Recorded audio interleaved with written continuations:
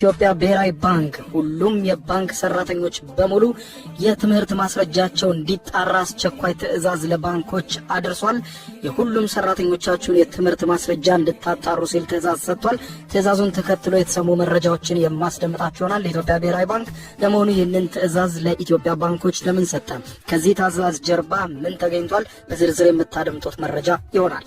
በሌላ በኩል ክቡራን አድማጮች የአሜሪካው ፕሬዝዳንት ዶናልድ ጄ ትራምፕ በመላው ዓለም የሚገኙ ከ30 በላይ ዲፕሎማቶቻቸው በአስቸኳይ በድንገት ስራቸውን አቋርጠው ወደ አሜሪካ እንዲመለሱ አስቸኳይ ጥሪ አቅርበዋል።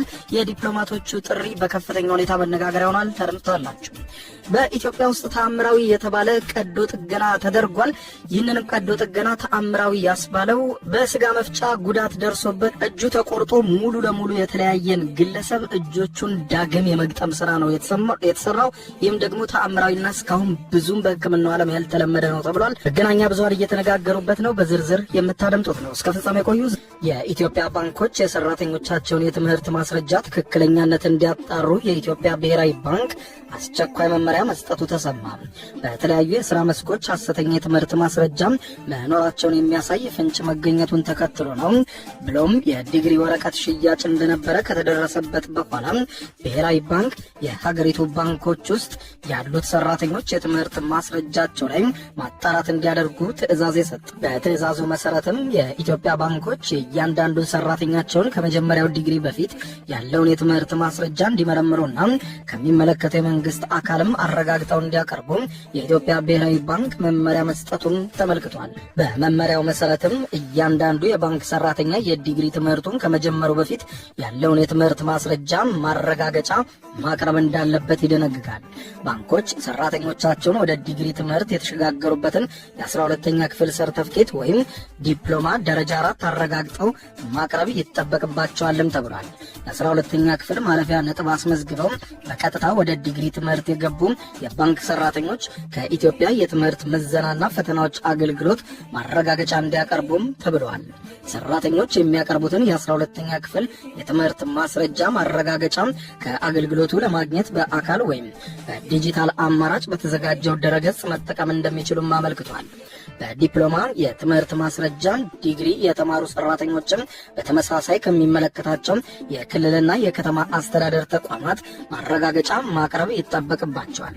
ሰራተኞች ለዲግሪ ትምህርት መግቢያ ያስመዘገቡት የዲፕሎማ ማስረጃ ትክክለኛነትን የሚያረጋግጠው ማስረጃው ከተገኘበት ክልል የቴክኒክና ሙያ ኤጀንሲና ከከተማ አስተዳደሮች የስራና ስልጠናዎች ቢሮ ነው።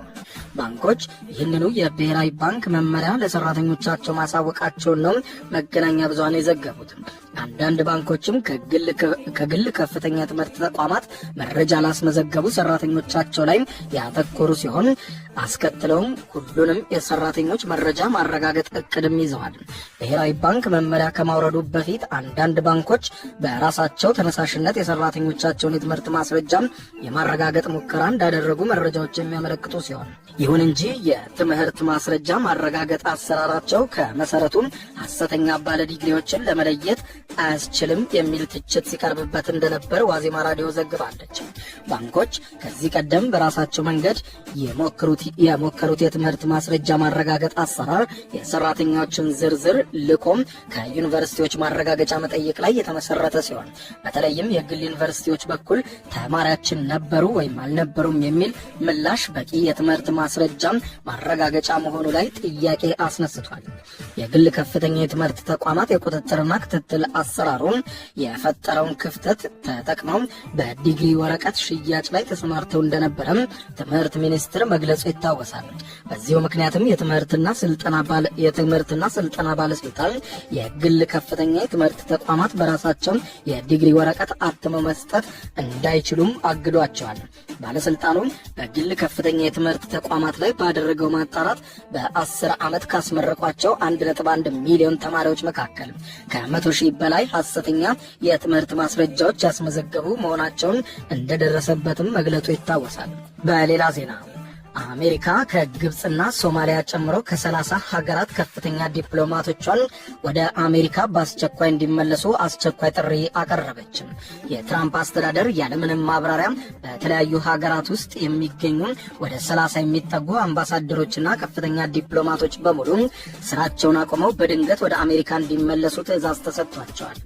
ቅድሚያ ለአሜሪካ ወይም ፈርስት አሜሪካ ከሚለው የዶናልድ ትራምፕ መርህ ጋር በተያያዘ በሀገሪቱ ዓለም አቀፍ ግንኙነት ውስጥ የፕሬዝደንቱ አስተዳደር ለውጥ ማድረግ በፈለገባቸውና ከፍተኛ ሚና የላቸውም ከተባሉ ሀገራት ዲፕሎማቶቹ በአስቸኳይ እንዲወጡ ተደርጓል።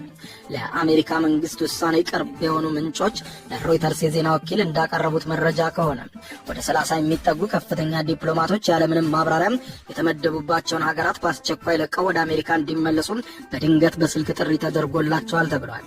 ይህ የማሰናበት የሚመስለው መልእክት ለአምባሳደሮቹ መድረስ የጀመረው ካለፈው ረቡዕ ጀምሮ መሆኑን አሶሺየትድ ፕሬስ የዜና ወኪል ዘግቧል። ከተመደቡባቸው ሀገራት እንዲመለሱ የተነገራቸው የአሜሪካ ዲፕሎማቶች በውጭ ጉዳይ መስሪያ ቤቱ ውስጥ የሚኖራቸውን አዲስ የሥራ መደብ እንዲፈልጉ መመከራቸውን አንድ ባለስልጣን ተናግረዋል። በዚህ ውሳኔ ከተመደቡባቸው የአሜሪካ ኤምባሲዎችና ቆንጽላዎች ለቀው ወደ ዋሽንግተን እንዲመለሱ ከተነገራቸው ዲፕሎማቶች መካከል አብዛኞቹ ከአፍሪካ ሀገራት የተጠሩ እንደሆነ ተመልክቷል። አምባሳደሮቹ ግን በዓለም ዙሪያ ከሚገኙ ሀገራት ነው።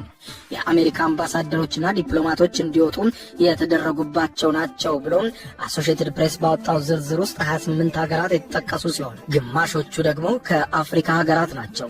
ከነዚህም ውስጥ ደግሞ የአሜሪካ ጥብቅ አጋር የሆነችው ግብጽና በአፍሪካ ቀንድ የምትገኘው ሶማሊያ እንደሚገኙበት ተመልክቷል። ግብጽ ከአረብ ሀገራት መካከል ከአሜሪካ ጋር የጠበቀ ግንኙነት ያላት ከመሆኑ በተጨማሪ በየዓመቱ ከፍተኛ መጠን ያለው ወታደራዊ ድጋፍም ታገኛለች። አሁን አሜሪካ ዲፕሎማቶቿን ለምን ከግብጽ እንደጠራች ባይታወቅም ከሀገሪቱ ጋር ያላት ደረጃ ግን ዝቅ ለማድረግ ይሆናል ተብሎ አይታሰብም። ሌላኛው ሀገር ሶማሊያ ውስጥ የሚንቀሳቀሱ የሽብር ቡድኖች ላይ ተደጋጋሚ የአየር ጥቃት የምትፈጽመው አሜሪካ እዚህ ውሳኔ ላይ የደረሰችውና ከሶማሊያ አምባሳደሯን ያስወጣችበት ምክንያት እስካሁን አልታወቀም። በውሳኔ ወደ ዋሽንግተን ከተጠሩት የአሜሪካ አምባሳደሮች በተጨማሪ 6 ከእስያ፣ 4 ከአውሮፓ፣ 2 ከመካከለኛው ምስራቅ፣ 2 ከደቡብና ማዕከላዊ አሜሪካ እንዲሁም ተጨማሪ 2 ከምዕራባውያን ሀገራት መሆናቸው ተጠቅሷል። በዚህ ውሳኔ ምን ያክል አምባሳደሮች ከምድባቸው እንደሚነሱ ከመናገር የተቆጠቡ አንድ ከፍተኛ የአሜሪካ ውጭ ጉዳይ መስሪያ ቤት ባለስልጣን በዲፕሎማቶች ላይ የሚደረግ ለውጥ በየትኛውም የአሜሪካ አስተዳደር ወቅት የሚካሄድ መደበኛ አሰራር እንደሆነ ይገልጻሉ። ጨምረውም በባህር ማዶ ሀገራት ውስጥ የሚመደቡ የአሜሪካ አምባሳደሮች የፕሬዝደንቱ የግል ተወካይ በመሆናቸው የተነሳ ቅድሚያ ለአሜሪካ የሚለውን አጀንዳ የሚያስፈጽም ግለሰብ የመመደብ መብት አለው ሲሉ ባለስልጣኑ አብራርተዋል። ነገር ግን የትራምፕ አስተዳደር እርምጃን የሚተቹ ሰዎች ውሳኔው አሜሪካ በውጭው ዓለም ላይ ያላትን ታማኝነት የሚያዳክም ነው ሲሉ ተቃውሞታል። የአሜሪካ ዲፕሎማቶች ማህበር ቃል አቀባይ ኒኪ ጋመር መንግስት እየወሰደ ያለው እርምጃ ወጥነት የሌለው በማለት ድንገተኛ ማብራሪያ የሌለው በመሆኑ በሞራልና ውጤታማነት ላይ ተጽዕኖ ያለው ነው በማለት የትራምፕ አስተዳደርን ተችተዋል።